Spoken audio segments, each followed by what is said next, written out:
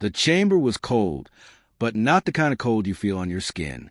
It was the kind that settles in your chest when you realize you are completely alone in a room full of things that do not see you as an equal. Commander Kate Morrison had walked into worse places. She had grown up in a small town in Ohio, joined the military at 19, and spent the next 20 years doing jobs that nobody talked about at dinner tables. She was not easily impressed. She was not easily scared either. But even she had to admit, standing in the center of the conclave's orbital station, that this was something else entirely. The room was enormous, not just big, enormous in a way that makes your body feel small before your brain even processes it. The ceiling disappeared into a kind of artificial darkness. 7 platforms floated in a wide circle around a single raised platform in the middle, and that middle platform was where Kate stood, alone, no weapons, no backup, just her uniform, her boots, and a small earpiece that connected her to Earth, which was currently very, very far away. On each of the 7 surrounding platforms sat a representative from one of the conclave's founding species. Kate had studied them all. She knew their names, their histories, their habits. She had read every file Earth's intelligence division had managed to collect over the past 3 decades. But reading about something and standing in front of it are 2 very different experiences. The one directly ahead of her was the Velhari. They were tall and pale, with 4 long arms and a face that had too many angles to be comfortable to look at. They had been the ones to send the original message to Earth. The message that had brought Kate here. The message that had, in very polite and very detailed language, explained that humanity was being given one opportunity to avoid what the Velhari called necessary correction. The others were no less strange. To her left, the Goran sat like a pile of dark stone that had learned to breathe. To her right, something that resembled a cluster of slow-moving vines had arranged itself into what Kate assumed was a sitting position. She did not look at the one directly behind her, not because she was afraid of it, but because she had been told that making eye contact with that species too early in a formal proceeding was considered an act of aggression. She was saving that for later, if she needed it. The eldest of the Velhari began to speak. A translation ran through her earpiece a half-second behind. Smooth and flat, the way translated speech always sounded, like someone had taken emotion out of words and replaced it with perfect grammar. Humanity, it said, has been evaluated. Kate said nothing. She had been briefed to let them talk first. She was good at waiting. Your species is young, the Velhari continued, biologically fragile. Your individual lifespans are, by any reasonable measure, insignificant. You have spent the majority of your recorded history in conflict with yourselves. Your decision-making is driven largely by chemical responses in your brains, responses that, in more developed species, were long ago brought under control. It paused. You are, in the plainest terms, unfinished. Kate kept her face neutral. One by one, the other representatives added to the list. The Goran mentioned humanity's dependence on a single star. The vine cluster pointed out that Earth's ecosystem had nearly been destroyed multiple times by human behavior. Another species, one that communicated through patterns of light on its skin, noted that humans had invented several methods of self-extinction before they had ever made it off their own planet. It went on for about 15 minutes. Kate stood still. She let them finish. She had known this was coming. The whole point of this meeting, as far as the conclave was concerned, was to make humanity feel small before delivering the decision they had already made. This was not a negotiation. It had never been a negotiation. It was a formality dressed up to look like one. When the last representative finished speaking, the eldest Velhari raised one of its long arms. The room went quiet in a complete way that only rooms full of very old things can go quiet. You have heard the evaluation, it said. The conclave has determined that humanity, in its current state, poses an unpredictable variable in a stable system. You will be integrated as a protected subordinate civilization. Your governance will be overseen. Your expansion will be limited. Your military capability will be reduced to what the conclave determines is appropriate for domestic peacekeeping only. Another pause. In exchange, you will receive protection, resources, and the benefit of association with civilizations that have survived far longer than yours. Kate waited to make sure it was done.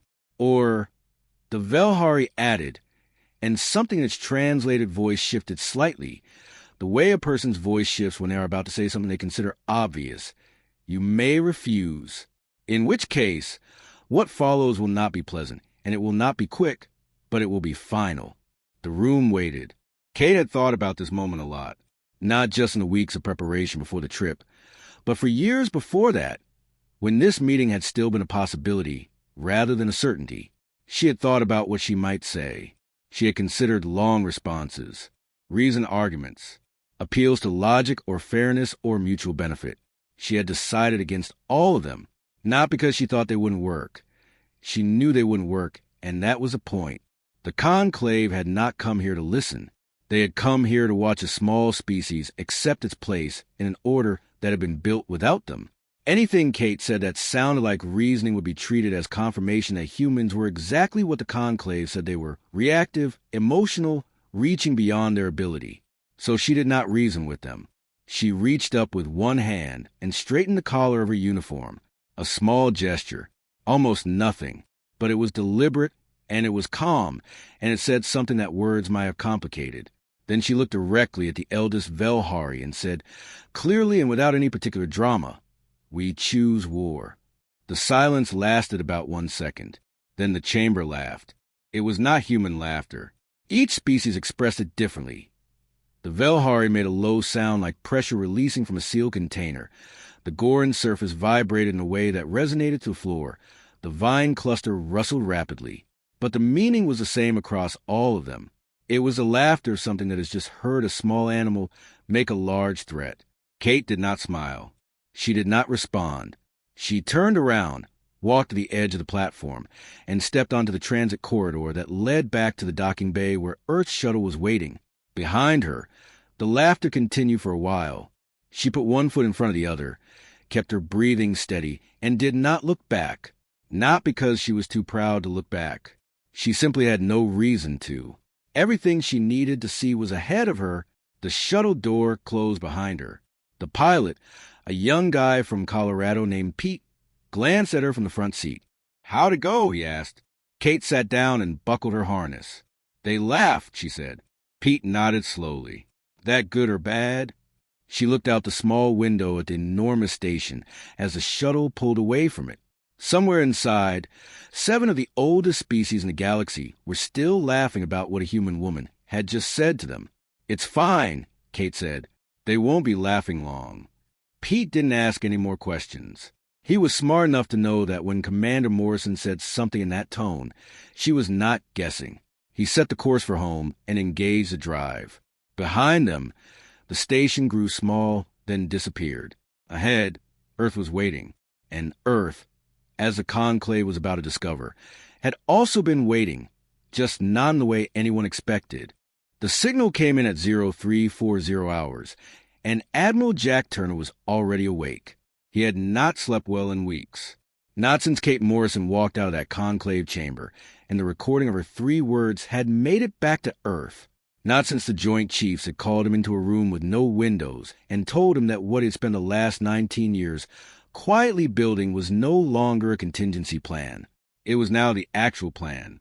Jack was 54 years old, originally from a small town outside of Memphis, Tennessee. He had joined the Navy at 22, not because he had any particular dream about the sea, but because his father had, and his grandfather before that, and it had seemed at the time like the most honest thing he could do with himself. He had risen through the ranks the slow way, doing real work in real places, and somewhere along the line he had ended up in a division that most people in the military did not know existed.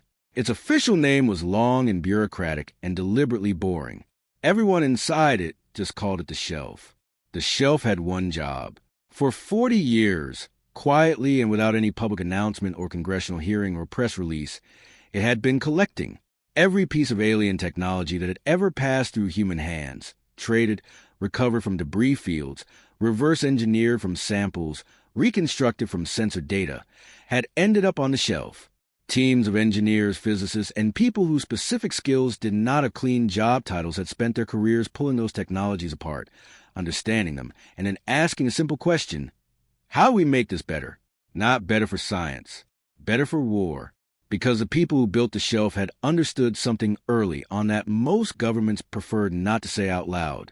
The galaxy was not friendly. It was old, and it was arranged, and humanity had stumbled into it late, small and loud, and sooner or later something out there was going to decide that was a problem. The shelf existed for that day. Jack had been running it for the last 11 years. He stood now in the operations center of the EFS Raymond, Earth's largest command vessel, which did not look like a command vessel at all from the outside. It was registered as a deep space agricultural logistics ship. It carried grain storage containers along its entire outer hull. Those containers were not full of grain. On the screens in front of him, the Conclave's first response fleet had appeared about 40 minutes ago. It was impressive by any reasonable standard. 43 warships, organized in a formation that the Velhari had been using for roughly 600 years because it had never needed a change. It was built around the assumption that any enemy would approach from front and attempt to match firepower directly. Every species of Conclave had ever faced had done exactly that, because every species of Conclave had ever faced had learned warfare the same way, from the Conclave itself, or from civilizations the Conclave had already shaped. Humanity had not learned warfare from anyone in this galaxy. Humanity had learned it from thousands of years of fighting itself, which was a completely different education. Jack watched the formation on the screen and felt something that was not quite calm, but was close to it. The kind of feeling you get when you have been preparing for a specific moment for a very long time and the moment finally arrives and your body does not know whether to be relieved or terrified, so it settles somewhere in between. He pressed the comm. All units confirm ready status. The responses came back one by one, not just from ships, from stations that looked like weather observation platforms, from what appeared to be a belt of inactive mining equipment around a nearby asteroid, from 3 vessels running commercial transponder signals that had been sitting in this region of space for 8 months, waiting. The Conclave fleet moved closer. Their communication channels, which Earth had been quietly monitoring for years, were calm, almost bored. One of Jack's translators told him that the fleet commander had apparently just sent a message back to Conclave Central saying that the operation was proceeding without complications and should be concluded within the hour. Jack appreciated the confidence. He gave the order at 0347. What happened next lasted 9 minutes and 14 seconds. Jack watched most of it on screen, though some had happened too fast for the screens to render cleanly. The Conclave formation, which had stood unchanged for 6 centuries, encountered something it had no framework for, an opponent that did not approach in the front, did not attempt to match formation, and did not use any weapon system that matched anything in the Conclave's intelligence database, because most of those weapons were Conclave-derived technology that had been taken apart and rebuilt with significant improvements. The Conclave ships tried to adapt. To their credit, they tried quickly. The fleet commander issued new orders within the first 90 seconds, which was actually faster than Jack had expected. But the problem was not the orders. The problem was that the assumptions underneath the orders were wrong, and by the time you are 90 seconds into contact with an opponent who spent 19 years specifically preparing to fight you, being slightly faster at giving orders does not change very much. At the 9-minute mark, Jack's screens went quiet. Not the quiet of interference or equipment failure. The quiet of empty space where 43 ships had been. Nobody in the operations center said anything for a moment. Jack noticed that a few of the younger crew members had gone very still. He understood that. He remembered the first time he had truly understood the scale of what the shelf had built. Not on paper, not in simulations, but as a real and physical fact. It had taken him a moment, too. He had prepared for this. He had worked toward this for nearly 2 decades. And still, standing here now, watching the screens show him nothing where a fleet used to be, he felt the weight of it settle on him in a way that was hard to describe. Not guilt, not satisfaction either. Something quieter than both. The feeling of a door closing that you knew was always going to close. He walked over to the small station near the back of the room, where someone had set up a basic coffee setup 3 days ago, because nobody had been going back to their quarters much. He poured himself a cup. It was bad coffee. The machine was one of those portable units that never quite got the temperature right. He drank it anyway. He stood there for a second, holding the cup, looking at the screen. Then he pressed the comm again. Send the report. His communications officer, a steady guy named Brian who had been with him for 6 years and was not the kind of person who got rattled easily, began transmitting. The report was detailed and precise and covered everything that had happened in the last 9 minutes with the kind of careful language that military reports use. But the core of it, the thing that would matter when it reached Earth and then eventually leaked out to the rest of the galaxy, was simple. The Conclave had sent its first fleet. The first fleet was gone. Earth was still here. What Jack did not include in the official report, because it was not the kind of thing that belongs in an official report, was what he was actually thinking as he stood there with his bad coffee in the quiet operations center. He was thinking about the people who had built the shelf before him, the engineers who had spent their careers in rooms with no windows working on technology they were never allowed to discuss at home, the analysts who had studied alien weapon systems for decades and never got credit for it, the administrators who had kept the funding moving through 40 years of changing governments and shifting priorities. Most of them were retired now. Some of them were gone. They had done their jobs without knowing for certain that any of this would ever be needed. They had built it anyway. The way people build things when they understand that hope is not a strategy. Jack finished his coffee. Outside, in the dark and the quiet of space, the Conclave was receiving the report from a region where its fleet used to be. Somewhere, in a chamber that smelled of incense and arrogance, something old and powerful was reading a message it had not expected to read. Jack set down his cup and got back to work. There were 4 more fleets on the long-range scanners, and none of them had turned around yet. What happened next lasted 9 minutes and 14 seconds. Jack watched most of it on screen, though some had happened too fast for the screens to render cleanly. The Conclave formation, which had stood unchanged for 6 centuries, encountered something it had no framework for, an opponent that did not approach in the front, did not attempt to match formation, and did not use any weapon system that matched anything in the Conclave's intelligence database, because most of those weapons were Conclave-derived technology that had been taken apart and rebuilt with significant improvements. The Conclave ships tried to adapt. To their credit, they tried quickly. The fleet commander issued new orders within the first 90 seconds, which was actually faster than Jack had expected. But the problem was not the orders. The problem was that the assumptions underneath the orders were wrong, and by the time you are 90 seconds into contact with an opponent who spent 19 years specifically preparing to fight you, being slightly faster at giving orders does not change very much. At the 9-minute mark, Jack's screens went quiet. Not the quiet of interference or equipment failure. The quiet of empty space where 43 ships had been. Nobody in the operations center said anything for a moment.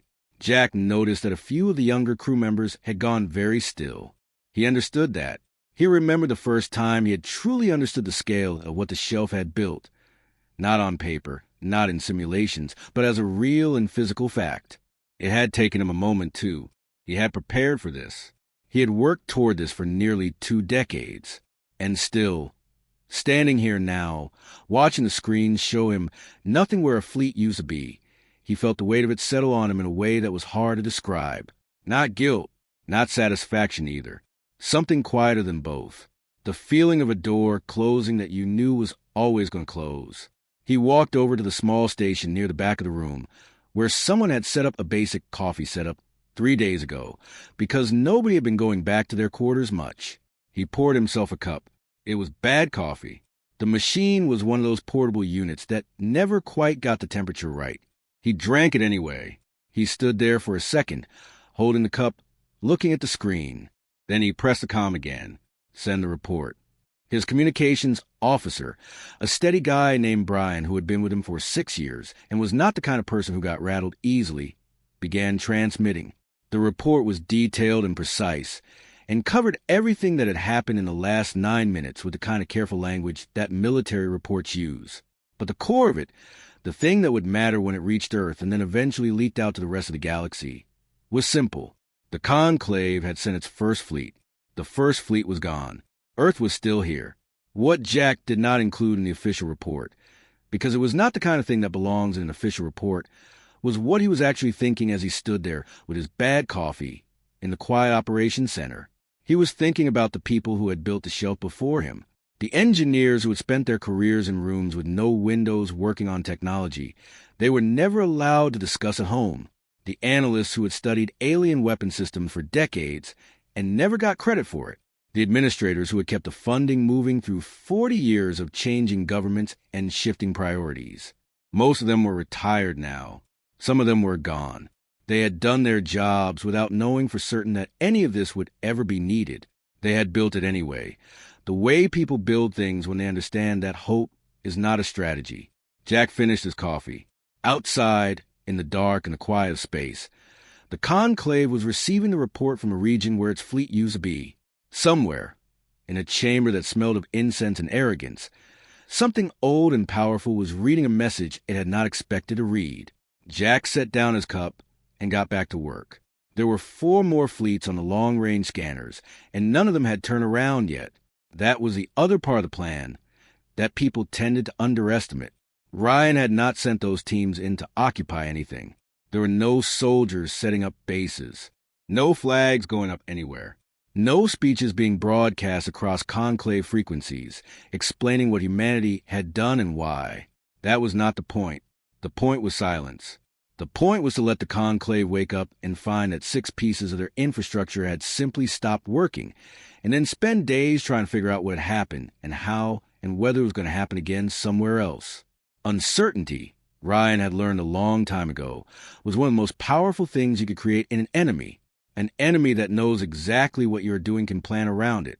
An enemy that does not know what you are doing or where you will move next or what your actual objective is spends enormous energy just trying to understand the situation. That energy is not being spent on fighting you. The Conclave began reacting within about 18 hours. Ryan watched their communication patterns, the ones his teams could still access, shift from routine traffic to something more urgent, requests for status updates from the 6 dark systems, then repeated requests, then a different kind of message traffic that his translators flagged as coming from higher up the Conclave command structure. The kind of messages that get sent when someone important has started asking uncomfortable questions. Then something Ryan had hoped for, but had not fully counted on began to happen. 3 of the Conclave's client species went quiet. Not quiet in the way the relay stations had gone quiet. Quiet in the way that a person goes quiet when they're in a room, and the person they have always been afraid of suddenly looks uncertain.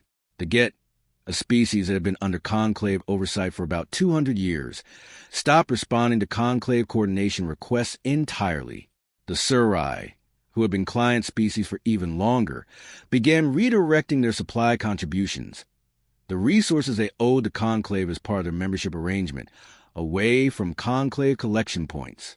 A third species, one whose name translated roughly as the Still Water People, sent a message to Conclave Central that Ryan's team intercepted. It was polite in the specific way that messages are polite when they are actually saying something very impolite. It explained that the Still Water People were experiencing certain internal administrative difficulties and would be temporarily unable to fulfill their current obligations. Ryan read the intercepted message and allowed himself a small smile, which was about as much as he usually allowed himself. He had understood something about the Conclave client species that the Conclave itself seemed to have missed. Possibly because when you are powerful enough for long enough, you stop paying close attention to the feelings of the people beneath you. Those client species were not loyal. They were compliant, which is a completely different thing. Loyalty is what you have when someone treats you well, and you choose to stand by them. Compliance is what you have when someone is strong enough that disagreeing seems pointless. The moment the Conclave looked even slightly less than completely dominant, compliance had a tendency to quietly become something else.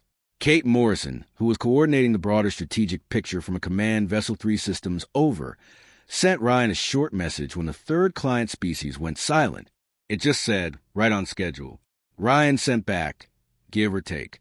Kate's response to the 3 client species was brief and came through an open channel, which was intentional. She wanted the Conclave to hear it. She wanted every species in that part of the galaxy to hear it. It said, stay out of our way and you will live. No further explanation. No list of conditions. No promise of what would or would not happen if they did not comply. Just that, clean and plain and completely serious. Most of them stayed out of the way. Ryan went back to the screens. There were still a lot of nodes in the Conclave's network that had not gone dark yet. He had a list. He was working through it carefully, the way he worked through everything, one thing at a time, in the right order, without rushing. Outside the depot, space was quiet. It would not stay that way for long. The message came through on every open channel simultaneously. That was the first thing Colonel Dave Harris noticed.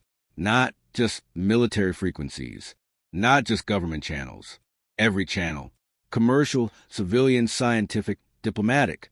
The conclave had made sure that every human ship, every human station, every human outpost within broadcast range received it at the exact same moment. That kind of coordination took planning. It was not an accident or a reaction. It was a decision made by someone who wanted maximum reach. Dave was sitting in the operations room of the EFS Coalfield, a mid-range strike vessel that had been running support operations in the outer edge of the conflict zone for the past 3 weeks. He was 48 years old, originally from a small city in Pennsylvania, the kind of place that had once been built around steel and had slowly figured out how to be something else when the steel work dried up.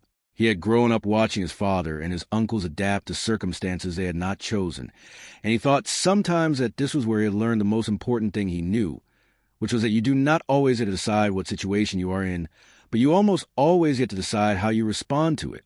He had been in the middle of a logistics review when the message hit. His communications officer, a focused and unflappable woman named Carol who had been doing this job for 9 years, flagged it immediately and put it on the main screen without being asked. She had good instincts. She knew when something needed to be seen right away.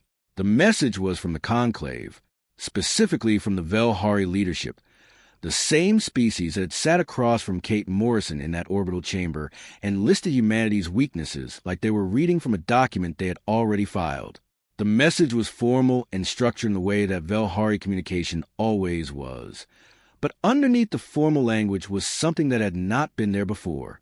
It named a human colony world, a small one, on the frontier of human settled space. Population of about 40,000 people, mostly agricultural, the kind of quiet settlement that existed on 100 worlds across human territory. People growing food, raising families, building the slow, ordinary life that frontier colonies build. The message stated, in very precise terms, that this world had been selected as a demonstration. It used that word specifically, demonstration. It said that humanity had shown a willingness to engage in conflict, and that the conclave found it necessary to respond in a manner that would clarify the difference in scale between what humanity was capable of and what the conclave was capable of. It gave a time, 12 hours from the broadcast. Dave read it twice. Then he looked at Carol. "Give me everything we have on that colony," he said. What came back in the next few minutes was not surprising, but it was important. The colony had been under quiet evacuation orders for 6 days already. This was standard procedure now across all frontier settlements within a certain range of contested space. The moment the broader conflict had become real, Earth's Civilian Coordination Office had begun moving people, not in a way that was announced or broadcast, because broadcasting evacuation orders creates panic, and panic creates problems. Just quietly, efficiently, in the background, the way humanity had learned to do a lot of things over the past several decades. The 40,000 people who had been living on that world were already gone, spread across transport vessels and neighboring settlements, carrying what they could, leaving behind the homes and fields and small businesses that had taken years to build. Dave confirmed this 3 times through 3 separate channels before he let himself settle into it fully. The colony was empty. He told Carol to keep monitoring the target world's coordinates and went back to his desk. He did not do anything dramatic. He did not pace or make speeches to the room. He sat down and he thought, which was what he usually did when a situation required a response that was going to matter. The conclave had done this deliberately and openly. They had announced it in advance on every channel because the announcement itself was part of the point. They wanted humanity to know it was coming and be unable to stop it. They wanted the watching galaxy, all the client species and independent civilizations that had been quietly observing this conflict, to see that there was a ceiling to what humanity could do and a floor to what the conclave was willing to do. This was not just a military action. It was a message about the nature of power. When the 12 hours were up, the conclave carried out what they had said they would carry out. Dave watched it on sensor feeds from 3 different angles. It was over quickly. The planet, which had been ordinary and quiet and full of nothing except the things 40,000 people had left behind when they packed in a hurry, took the kind of damage that ended its ability to support life. Fields and buildings and roads, and all the small evidence of human settlement, gone. Dave watched until the feeds had nothing new to show him. Then he sat in the quiet of the operations room for a long moment. Carol did not speak. Nobody in the room spoke. They all understood, in the way that people understand things when they are watching something real rather than reading about it, that this moment was going to sit with them for a long time. Dave thought about the people who had lived there.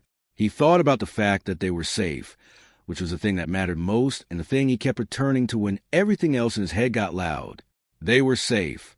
They were on transports and in temporary housing, and they had their families with them, and they were alive. Then he thought about what the Conclave had just done and why they had done it, and what it meant if humanity did not respond in a way that was absolutely clear. He picked up the comm. He did not call Kate Morrison. He did not call Admiral Turner. He did not request a meeting or ask for authorization, or send a message up the chain explaining what he was thinking and waiting for someone above him to make the decision. He had the authorization already. It had been given to him 3 weeks ago in a room with no windows, in plain language, with complete clarity about what it meant and when applied. It applied now. All strike teams, he said. Execute on targets Delta 1, Delta 2, and Delta 3. Full protocol. The acknowledgments came back within seconds. Dave set the comm down and looked at the main screen.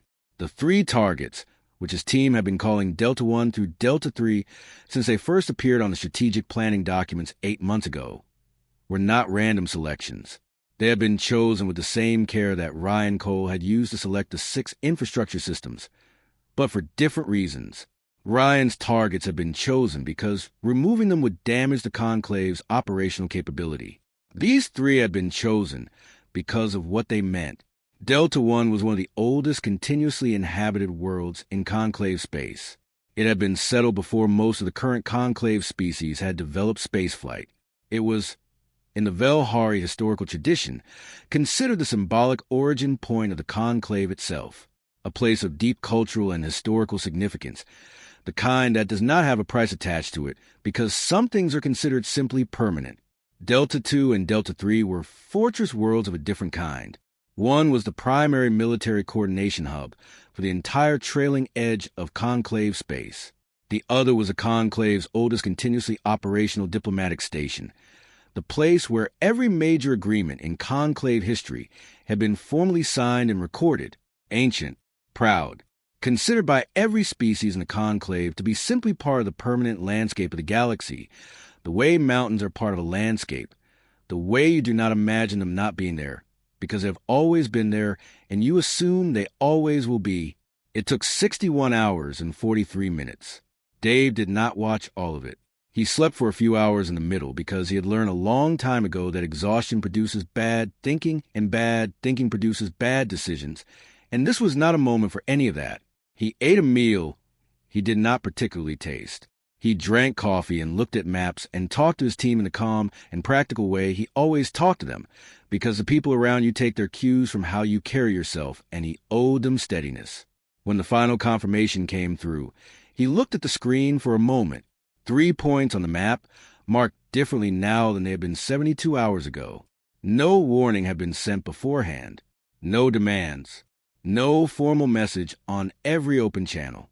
Just a response. Carried out and then finished, leaving silence where there had been certainty. Across Conclave space, the shooting stopped, not because of a ceasefire agreement, not because of negotiation, because something very old and very confident had just learned, in the plainest possible terms, that it had badly miscalculated the thing it was dealing with. Dave looked at the screen for another moment. Then he told Carol to get him a line to Kate Morrison. There was still work to do.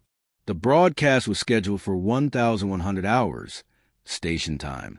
Kate Morrison had been awake since 0430, not because she was anxious, or at least not in the way that word usually means.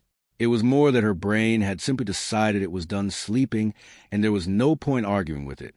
She had learned a long time ago not to fight that particular battle.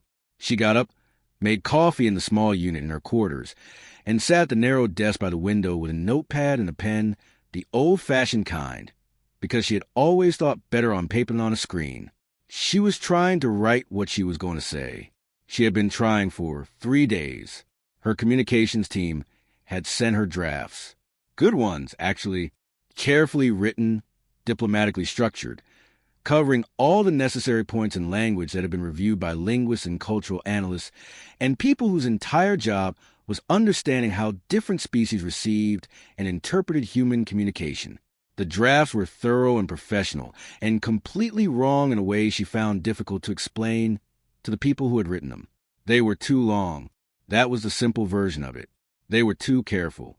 They read like something written by a committee of people who were afraid of saying the wrong thing, which meant they ended up saying a lot of things in a way that committed to none of them. Kate had read each draft twice, appreciated the work that had gone into them, and set them aside. She sat at her desk in the early hours and wrote and crossed out and wrote again. The galaxy was listening, not just the conclave, which had gone very quiet in the days since Delta 3 went dark. Every species that had been watching this conflict from a distance, every independent civilization that had carefully avoided taking sides, every client species that had been shuffling nervously in the background trying to figure out which way things were going to land. All of them had their receivers pointed in humanity's direction right now. Whatever Kate said in the next few hours was only the first thing most of them had ever heard a human being say directly to them, and it was going to define, at least in the short term, what they believed humanity actually was. She understood the weight of that. She did not enjoy it, but she understood it. By 0700, she had filled 4 pages of the notepad and crossed out most of it.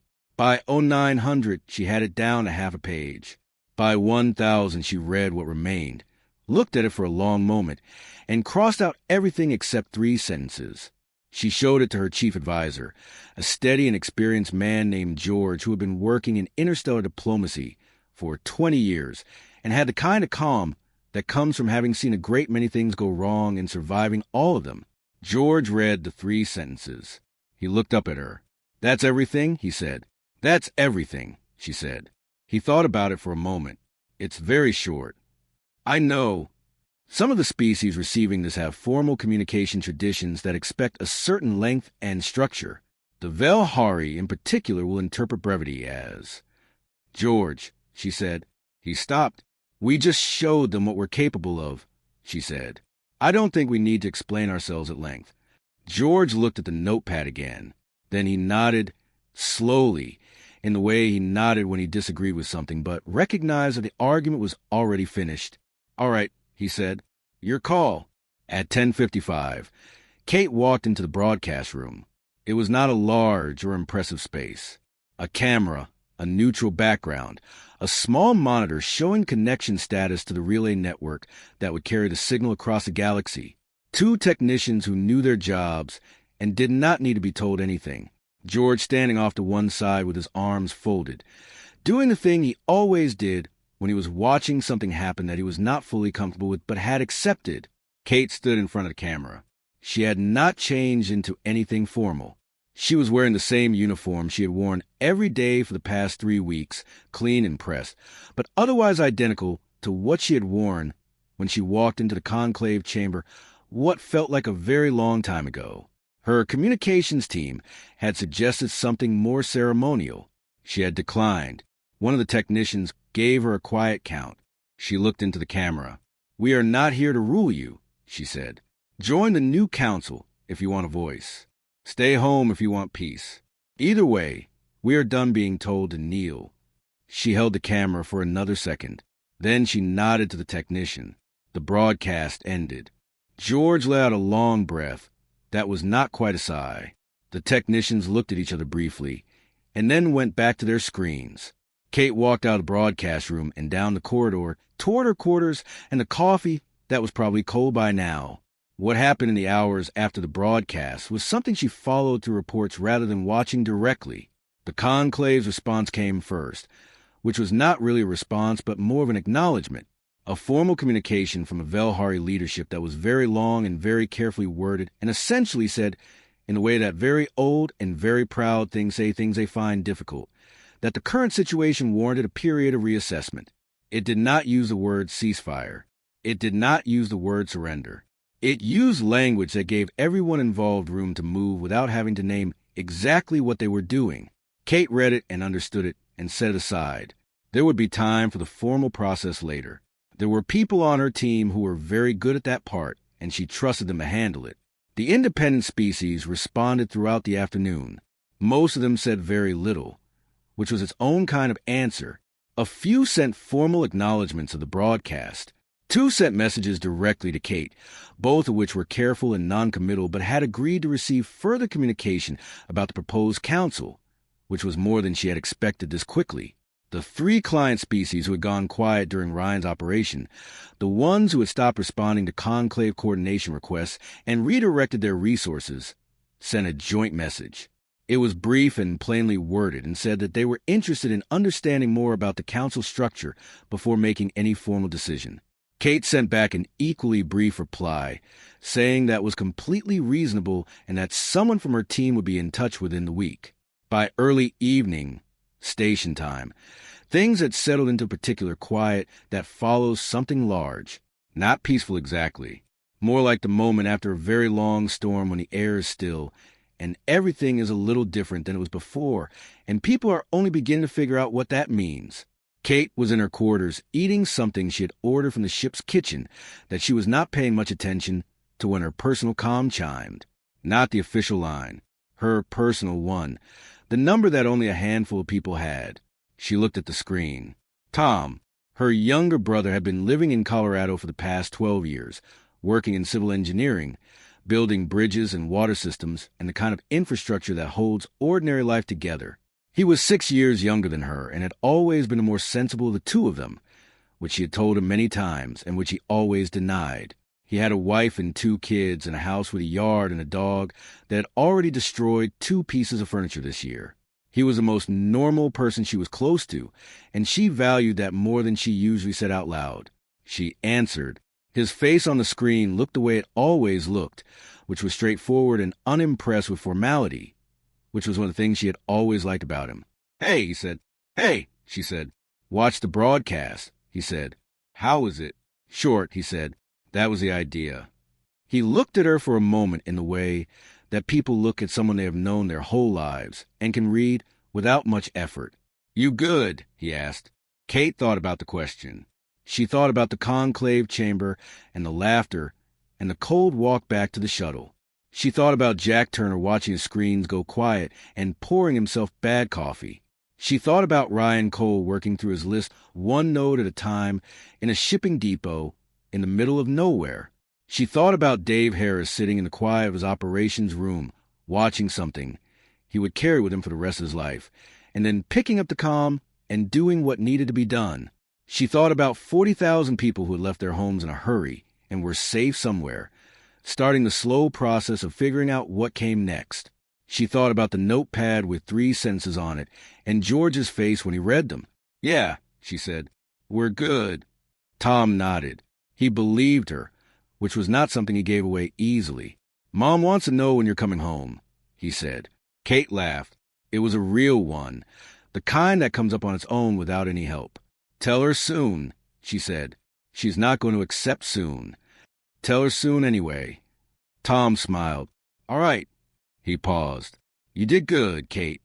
She looked at him on the screen and thought about how strange it was that the most meaningful thing said to her all day had come in the last 30 seconds of a call from her brother in Colorado.